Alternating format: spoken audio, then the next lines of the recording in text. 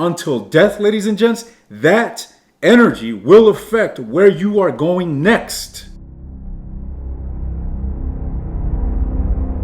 First and foremost, I hope you're doing well. I hope you're enjoying your winter and staying warm wherever you are in the world. Let's get into this subject regarding how I called forth the Spirit.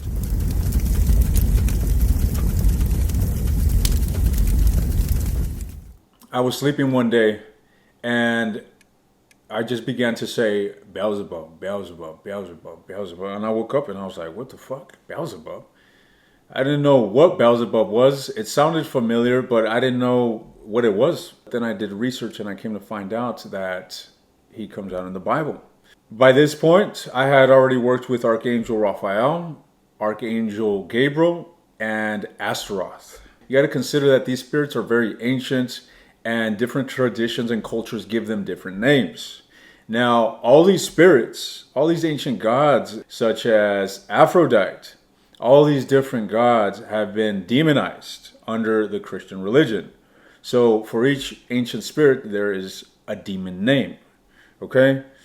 Nevertheless, I summoned Beelzebub to see what the spirit wanted, as I knew it was calling me.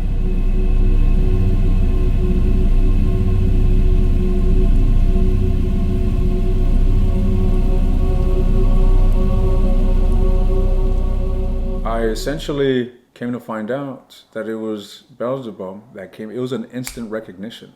Anyways, well, I summoned this entity, Beelzebub, and I told it to teach me how to communicate with the dead. And then I felt a cloud just engulf me. And if I can explain it,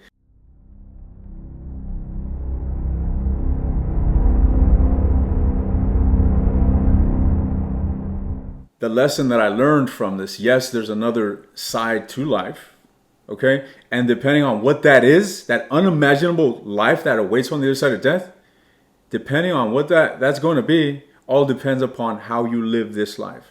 And this life is about purification. It's about learning. It's about growing. Purification in regards to all the energetic resonance that you have within you. These shadow aspects of ourselves dwell deep within the subconscious. And although they may be buried and far from your awareness, they will be triggered and they will rise to the surface. So it's absolutely paramount to analyze yourself and see what are these things that you must work on that you have deeply buried within yourself. And this is another thing that I've learned working with Beelzebub. This entity brought up some tremendous shadows that I have completely forgotten since childhood. I'm talking about reaching back to memories that is unordinary. With that said, it's paramount that you scrutinize yourself and realize what it is that you need to change so that you can become pure. Okay? Otherwise, you're going to be carrying this negative energy, this dense energy. Mind you, energy of this realm moves at a slow rate. The more material, the slower the vibration. Consider water. When you freeze water, the atomic particles get stiff. They expand and they get stiff, and eventually it seems as if they're not moving.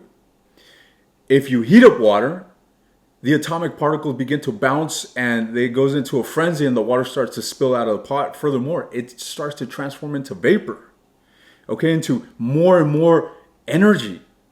So the higher the vibration, the higher the rate, the more pure you are.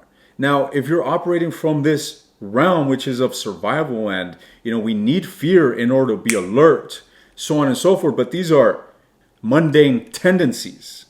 All right?